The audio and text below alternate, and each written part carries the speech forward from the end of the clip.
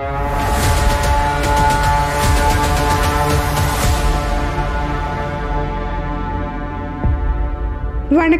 நான் கதை பாட்காஸ்ட் கவிதா பேசுகிறேன்.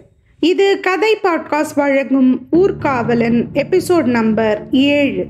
இந்த எபிசோடோட டைட்டில் குட்டி பெண்ணின் அறிமுகம்.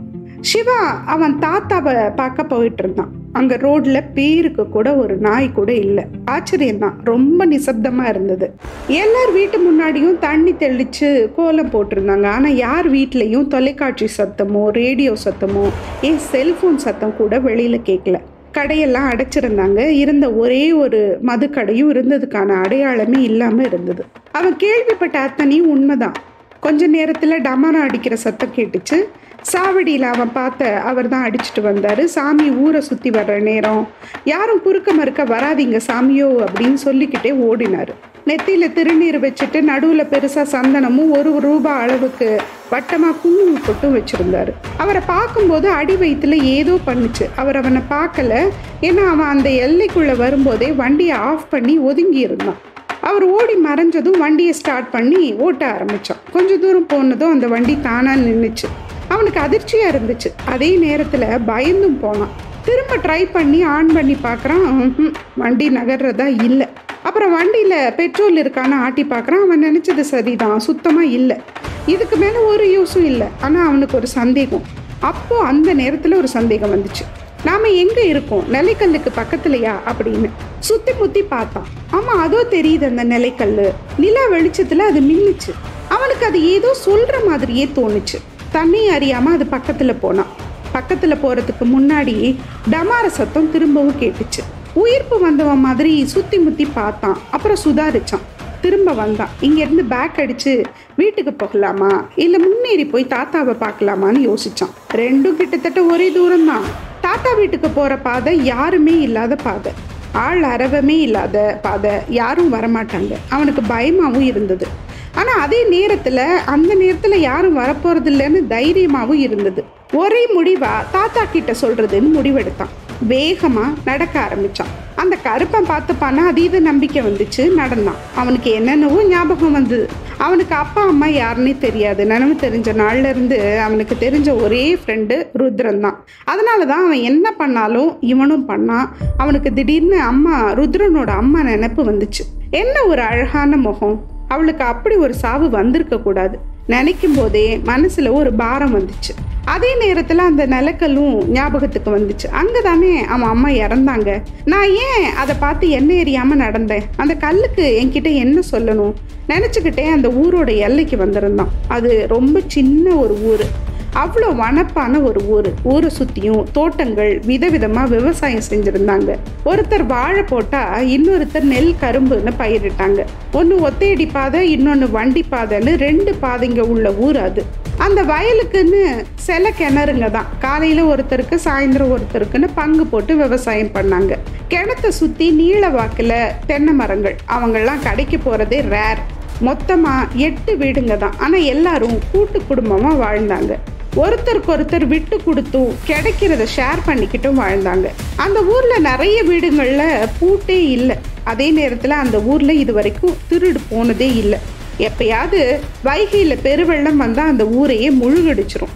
அப்புறம் நீர் வற்றி போனால் மறுநாளே எந்த அடையாளமும் இல்லாமல் போயிடும். பாம்பையும் கீரியையும் பகல்ல கூட பாதைகள்ல பார்க்கலாம். இப்படி கிராமத்துக்கான முழு இலக்கணம் அந்த ஊர் தான். இப்ப சிவா அந்த ஊர்ல எல்லையில இருக்க தோட்டத்தோட கிணறு பக்கத்துல வந்தான். ரொம்ப நிசப்தமா இருந்தது. இன்னும் அவன் சாவடியில உட்கார்ந்து இருக்கும் போது என்ன உணர்வு இருக்குமோ அதே உணர்வு இருந்தது. அங்க சுத்தியும் நெல்லு போட்டிருந்தாங்க. அங்க திருநீர் வாசனை முழுசா இருந்தது.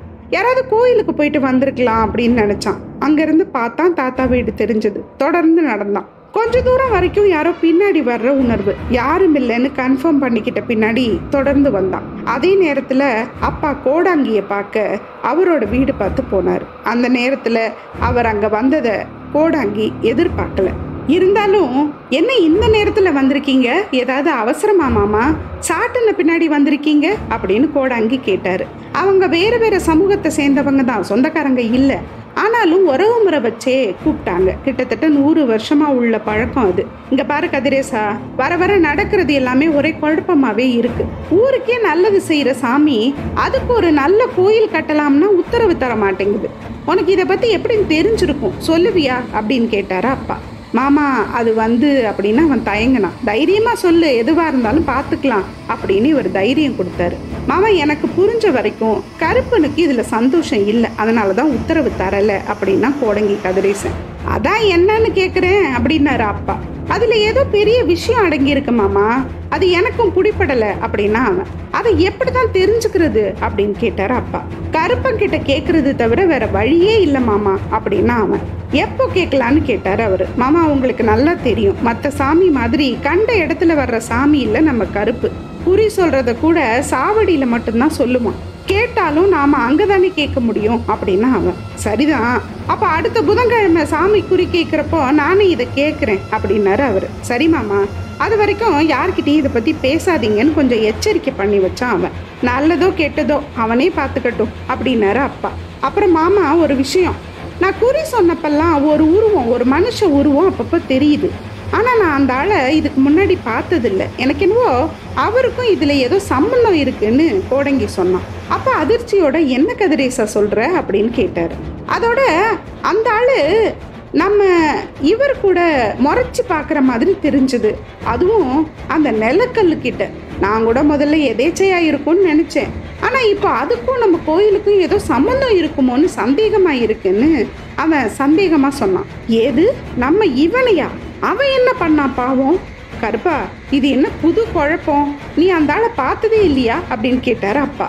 இல்ல மாமா அப்படின்னா கோடங்கி. சரி நீ நல்லா யோசி, எப்படின்னாலும் குறி கேட்குறப்போ நெட்டையோ குட்டையோ தெரிஞ்சிட போகுது. சரி நான் கிளம்புறேன், நீ தூங்குன்னு சொன்னாரு. சரி மாமா பார்த்து போங்க, கெடு வச்ச நேரம் அது வேற அப்படின்னா அவன். அப்படியே கருப்பன் வந்தா கூட இந்த குழப்பத்தை தீர்த்துக்கலான்னு சொல்லி சிரிச்சுக்கிட்டே அவர் தன்னோட வண்டியில ஏறி உட்கார்ந்தாரு. வெளியில சிரிச்சாலும் உள்ளுக்குள்ள ரொம்ப கவலையா இருந்தாரு.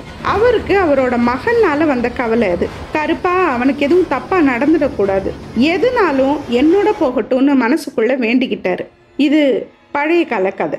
கோட்டையன் வீரர்களை பார்த்தான் இல்லையா, அங்க மெதுவா பதுங்கி அவங்க கூடாரத்து பக்கத்துல போனான். அவங்க கண்ணுல படாம மறைஞ்சு நின்னு என்ன பேசுறாங்கன்னு கேட்டான். நம்ம அரசர் ஏன் அவன் சொல்றத கண்ணை மூடிட்டு கேட்கிறாருன்னு தெரியல. இது நம்ம நாட்டுக்கும் நல்லதில்லைன்னு பேச்சு கேட்டுச்சு. இது நமக்கு தேவையில்லாத வேலை.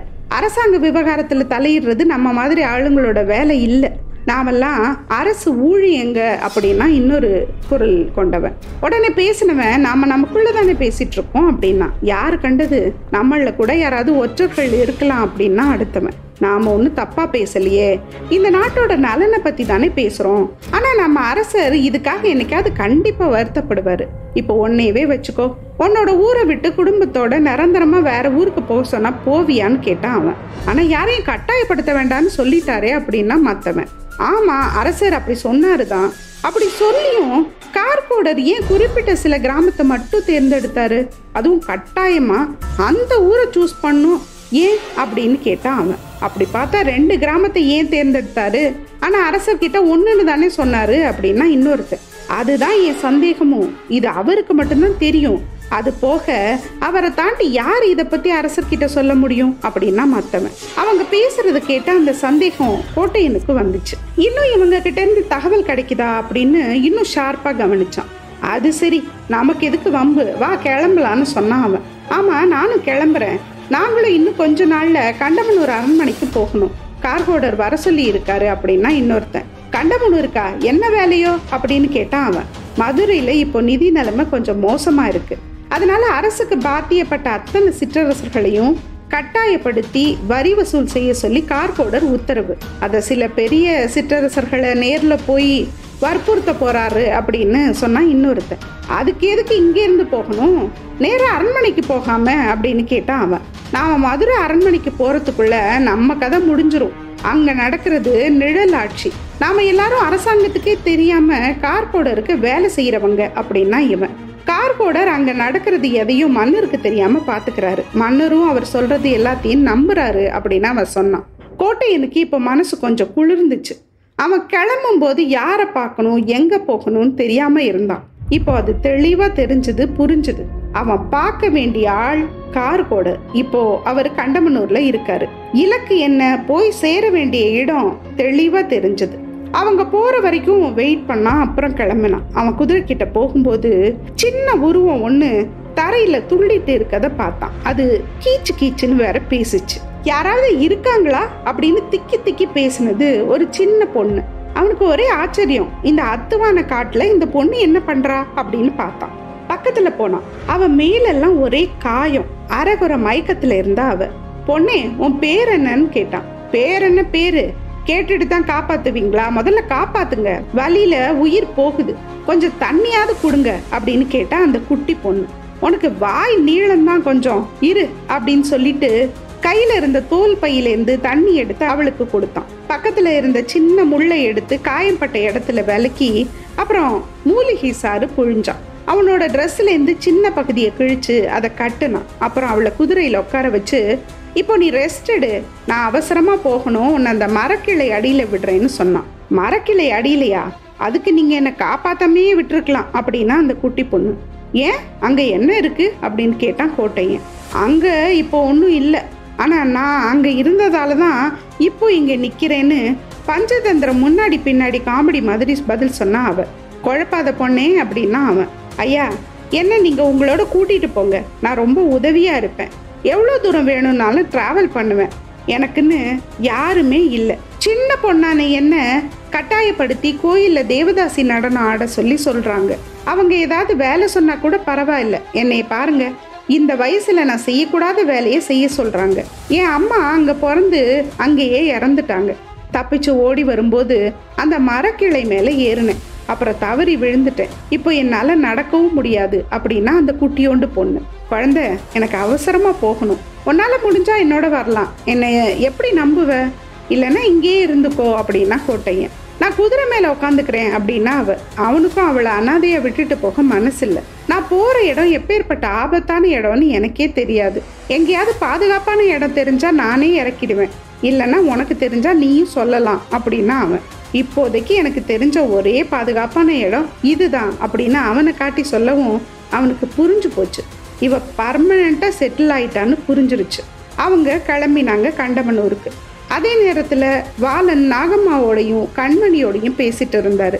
கோட்டையன் எங்க இருக்கானோ, இப்போ சாப்பிட்டானோ இல்லையோ தெரியல, என்ன செஞ்சுட்டு இருக்கான்னு புரியல, எனக்கு ரொம்ப கவலையா இருக்கு அப்படின்னு நாகம்மா வருத்தத்தை சொன்னான். நாகி, அவனை பத்தி உனக்கு நல்லாவே தெரியும், அவனால எந்த சூழ்ச்சியையும் சமாளிக்க முடியும், நீ வருத்தப்படாதன்னு ஆறுதல் சொன்னாரு வாலன். ஐயா, நீங்க அவனோட பொறப்பு பத்தியோ இல்ல ரங்கராஜன் பத்தியோ இல்ல ரங்கம்மா பத்தியோ ஏதாவது சொன்னீங்களா அப்படின்னு கண்மணி கேட்டா. இவர் தான் சொல்ல வர்றதுக்குள்ள ஏதோ டிஸ்டர்பன்ஸ் வந்துருச்சே, அவர் சொல்லாம விட்டுட்டாரு தானே, அவனுக்கு அதை பத்தி எதுவுமே தெரியாது. ஆனா அவன் யாரை மீட் பண்ண போறான்? கார்கோடன்னு வேற அவனோட பேரை சொல்றாங்க. எதிரியே மீட் பண்ண போறானா என்னன்னு தெரியலையே. என்ன நடக்குதுன்னு நம்ம அடுத்த எபிசோட்ல தெரிஞ்சுக்கலாம். அது வரைக்கும் நன்றி, வணக்கம்.